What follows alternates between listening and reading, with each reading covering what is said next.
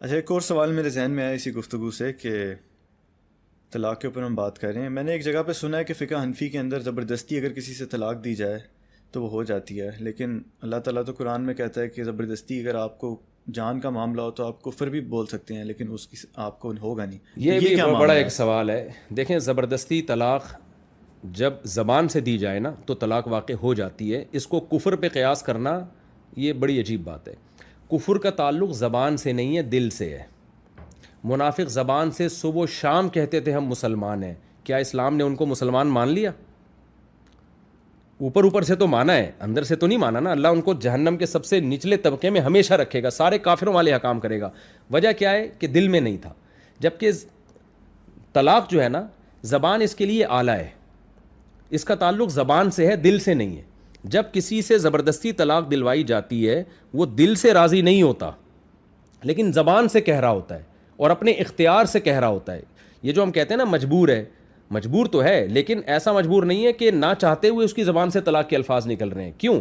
وہ اس وقت بڑا ذہین ہوتا ہے، اس کے پاس دو اختیار ہوتے ہیں. ایک یہ کہ جان، اور ایک طرف بیوی. تو وہ اپنی مرضی سے، اپنے اختیار سے دو بڑی مصیبتوں میں سے ایک مصیبت کو اختیار کرتا ہے. وہ کہتا ہے بیوی کو چھوڑنا بھی ایک مصیبت ہے اور جان سے ہاتھ دھونا بھی ایک مصیبت ہے. تو پراپر اپنے اختیار سے وہ کہتا ہے بیوی کو چھوڑ دیتا ہوں، میں اپنی جان بچا لیتا ہوں. تو آپ کس دلیل کی بیس پہ آپ کہتے ہو کہ اس کی طلاق واقع نہیں ہوتی؟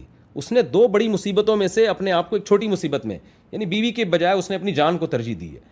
اور اس کی دلیل صحیح حدیث ہے. ثلاث جدہن جد وہزلہن جد. آپ صلی اللہ علیہ وسلم نے فرمایا کہ تین چیزیں ایسی ہیں جن میں حقیقت بھی حقیقت، مذاق بھی حقیقت. تو مذاق کا مطلب کیا ہے؟ مذاق کرنے والا دل سے طلاق دینے پہ راضی نہیں ہوتا.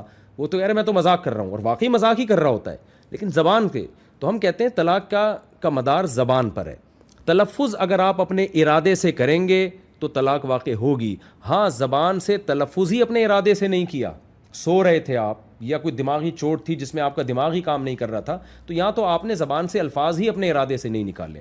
اور یہ جو لوگ کہتے ہیں نا احناف کے اس مسئلے کے خلاف حدیث ہے، تو کوئی حدیث بھی نہیں ہے جس میں پتہ چلتا ہو کہ جبری طلاق واقع نہیں ہوتی. ایسی کوئی ضعیف روایت بھی نہیں ہے ہمارے